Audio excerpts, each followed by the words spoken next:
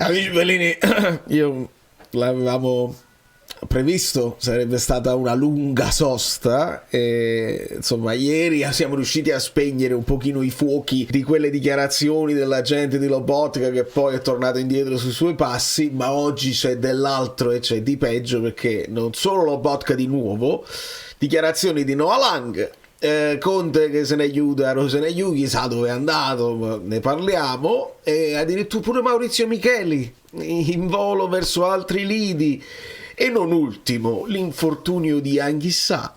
Cominciamo.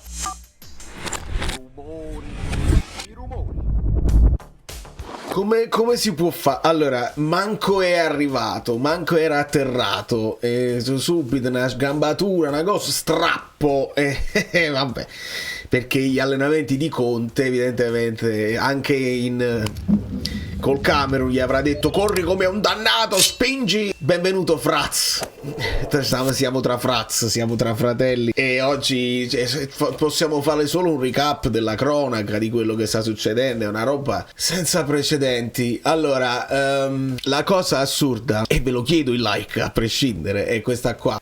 Ci dicono che se è uno strappo, insomma, dobbiamo aspettare. Ovviamente quando arrivano notizie dall'Africa sono sempre da prendere con le molle. Pare che insomma, che sai, di ritorno faranno gli esami che devono fare. Si parla di 40 giorni. Fate un attimo un calcolo, no? Questo è quando inizia la Coppa d'Africa, il 21 dicembre. Oggi è il 12 novembre, quindi dopo 30 giorni è il 12 dicembre, più 10, 21 dicembre. Cioè praticamente, chissà, torna, non si fa queste partite, quindi bene, si riposa, recupera magari l'infortunio e guarisce nel momento in cui deve ripartire per la Coppa d'Africa. È una cosa che io non... Anche volendola scrivere a tavolino con ChatGPT, scrivimi una storia horror, esce questo. È una cosa che veramente non si può spiegare. Più o meno è successo pure con Lobotka, perché pure Lobotka adesso è rientrato e riparte subito. E arrivano altre notizie, insomma, altre voci. Tra le altre cose che ho preso, insomma, è uscito comunicato del Napoli. Conte riprenderà gli allenamenti. No, tutto a posto. Conte riprenderà gli allenamenti lunedì prossimo, ok? E già ovviamente chiunque sta cavalcando questa cosa, non ultimo il Tancredino. Ci sguazzano, quando vedete che ci sguazzano così tanto, a parte i nostri dall'interno, perché il click è fame, cioè proprio è il pane, ecco, devono portare il pane a casa, e quindi tutto quello che crea poi, anche se è destabilizzati, se ne già mangiare, non mi interessa il bene del Napoli. Ed è giusto che sia, non è giusto, è normale che sia così. Però quando vedo che ci sguazzano gli altri dall'esterno, giornalisti non tifosi, io sono giornalista non tifoso, mi dà l'impressione, ancora mi dà l'impressione che temono il personaggio Conte. Io le ricordo quelle sensazioni quando pigliamo Mazzarri post Garcia, che ci fu proprio un tripudio, i tifosi in Italia, tripudio generale, e vai proprio alla grande scelta. Perché? Che ci dà munizione alla gente, ecco perché.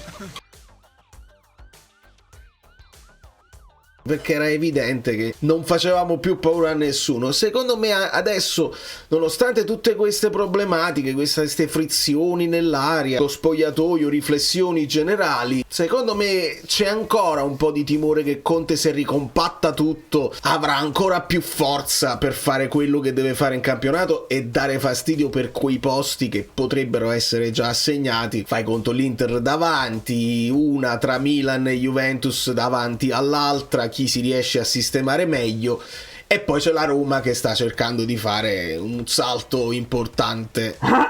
Quindi se già sono 4, e poi sta il Napoli che rompe veramente i coglioni, quindi ce l'ho questa sensazione quando vedo gli attacchi da tutte le parti, che Conte fa ancora paura. Ecco perché io farei di tutto. Sono contento del tweet che ha fatto De Laurentiis, perché se ci ricompattiamo possiamo ancora dare fastidio, se lasciamo tutto sfaldarsi è un terno all'otto. Poi come la risolvi, e anche il futuro, io non ho proprio idea di dove guardare per il futuro. Comunque Conte come programmato, quindi non ci dovrebbe essere nessuna polemica, ma la cosa ovviamente fa rumore. E io mi sono preso un attimo qualche articolo delle altre soste, perché Conte e De Laurentiis si godono la pausa assieme, cioè nell'altra sosta, quella che avvenne a ottobre, una pausa rigenerante all'insegna del buon cibo, del relax, isola d'Ischia, qualche giorno di vacanza, sono stati visti insieme così. Quindi nessuna polemica che Conte lasciava un pochino Castelvolturno per andare a fare. C'era anche Conte non conosce pause, dopo qualche giorno di vacanza si ritorna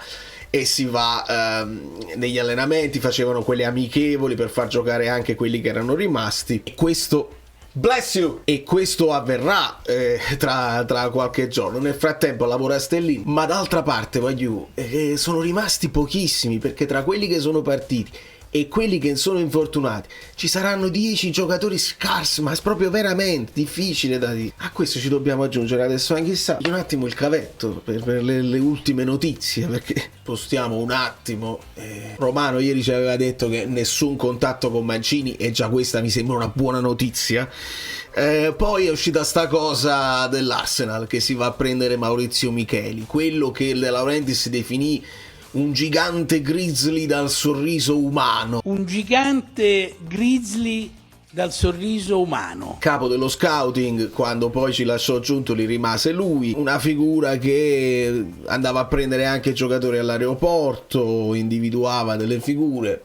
Non lo so, io credo che insomma un'occasione come la chiamata dell'Arsenal, un Arsenal che sta provando anche a superare quelli che sono i limiti atavici e puntano a vincere. Che gli vuoi dire a Maurizio Micheli se accetta questa cosa qua? E tutti dicono trattativa avanzata, cioè dovrebbe partire proprio a breve. Ha accettato di unirsi, lo dice Fabrizio Romano, ci crediamo, e chissà se rimaniamo così come stiamo, se c'è qualche altro uomo di manna che viene poi promosso in questa figura. Ne so veramente poco, non saprei cosa dirvi a livello dirigenziale. Se una società come l'Arsenal se lo va a pigliare, vuol dire che del talento l'hanno individuato. Vabbè, capa. Lo strappo di Zambone, che era anche giocatore del mese, votato dai tifosi del Napoli. E poi Ronald Koeman, ve le ricordate le bombe che lanciava Koeman? In campo era fortissimo. Io qua di nuovo, come al solito, si dovrebbe conoscere, se sentire l'originale, si dovrebbe conoscere la lingua, e dice no, Alang, a settembre mi sono seduto con lui, settembre, riprendiamola, una cosa di settembre, e gli ho chiesto come andassero le cose in Italia, mi ha detto 28 giorni in ritiro, non ho visto un pallone. Potrebbe significare la classica cosa, dice no, Conte lavora molto di più a secco e meno con la palla per portarti in forma per la stagione. Io onestamente negli allenamenti Noah Lang col pallone l'ho visto, magari meno di quello che lui volesse, meno di quello a cui lui fosse abituato. Non lo so, può essere pure che dice non ho visto un pallone perché i terzini che mi marcavano non mi facevano giocare come io so fare, ne supero uno, e tu ti alzi dalla sedia. Non ha visto un pallone. Ovviamente se abbiamo spento le cose di Lobotka e lo stesso Fabrizio Romano dice non c'è nessun problema, viceversa lo stesso Fabrizio Romano gli dice se c'è uno su cui bisogna tenere gli occhi aperti è Lang, che se non si sente amato, se non si sente al centro del progetto, ovviamente esprime un disappunto, e questo si aggiunge, non c'è bisogno di inventarsi niente, è evidente che se avesse avuto un impatto migliore sarebbe stato un po' più titolare di quanto non è assolutamente stato, e quindi come è deluso lui, secondo me anche Conte sarà deluso da lui. Io continuo a sperare che possa imbroccare delle partite, anche perché se adesso l'infortunio di Anghissà potrebbe spostare Elmas di nuovo a centrocampo, e lì fate il tocco tra te e Neres, e magari giocherà qualche minuto in più, quindi spero che questa cosa gli possa dare forza, voglia di lavorare, voglia di imporsi. Lo aspettiamo tutti, ci serve il talento, ci serve la fantasia, ci serve la rifinitura di un giocatore come questo che la potenzialità ce l'ha. Poi a calcio giocano bene quasi tutti e la differenza la fa la testa. Giuffredi cerca di spegnere anche lui un po' di fuochi, parla un po' con tutti i giocatori tutti i giorni, nessun problema. Di Lorenzo Politano col mister, nessun problema. Conte assente a Castelvolturno, rientrerà lunedì come programmato, comunicato del Napoli, non vi fate uscire niente come programmato, il che comunque porta dei malumori. Che sta cosa, vabbè, il gruppo Telegram è qualcosa di straordinario. È proprio la situazione, è proprio questo video qua, questo dovrebbe essere la copertina, una sosta tranquilla. E poi c'era questa cosa qua, anche qua secondo me tradotta un po' male, perché non è possibile. Lobotka dice: al Napoli non segniamo tanti gol, ma in nazionale sarà diverso, visto che abbiamo attaccanti con tanta qualità che decidono le partite. Cioè è un dissing di Lobotka nei confronti di Højlund, di Lucca.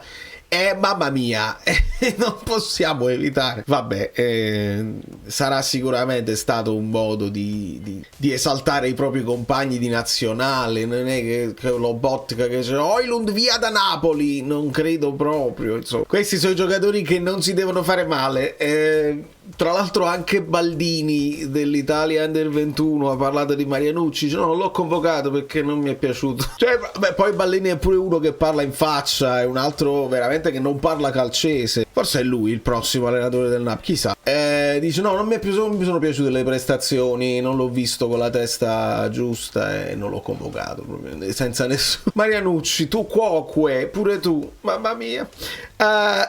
Buongiorno di Lorenzo Politano, buongiorno di Lorenzo Politano. Queste due partite tra virgolette inutilissime, perché è impossibile scavalcare la Norvegia e se comunque si andrà a quel playoff veramente spero che si vada in surplus e si faccia giocare altra gente, perché proprio vabbè. Olivera in Messico e contro le Americhe, Lang, Polonia e Lituania, Lobotka, Irlanda del Nord e Germania. Anghissà se ne è ritornato, quindi non c'è problema. McTominay, Gilmour, allora Gilmour ha recuperato. Vedete, si fanno il problema con noi e poi recuperano. Rachmani pure, e Elmas e Højlund. A me più che altro interessa capire Spinazzola, vabbè, De Bruyne, e lo sappiamo, insomma, ipotesi rientro da febbraio.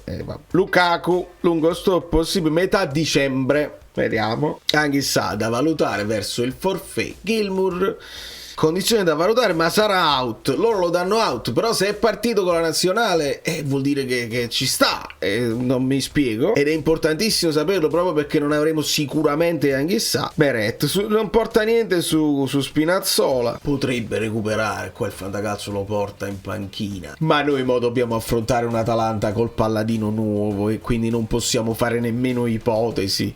Perché Palladino gioca sia a 4 che a 3, ha dimostrato grande d'utilità. Magari tu puoi cominciare come hanno fatto tutti i nuovi allenatori che si sono insediati come Spalletti, cominci senza cambiare troppo e poi col tempo a disposizione ti metti... D'Italia. Sembra quasi che sei poco. Allora,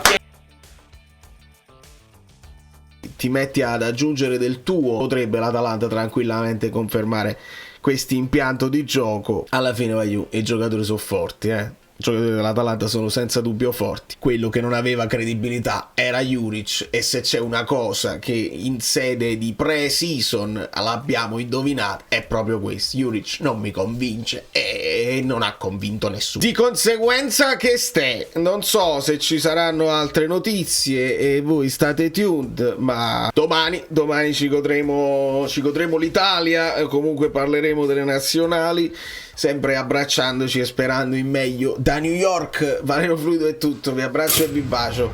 Non è un periodo proprio felicissimo, lasciate il like a prescindere perché che stai.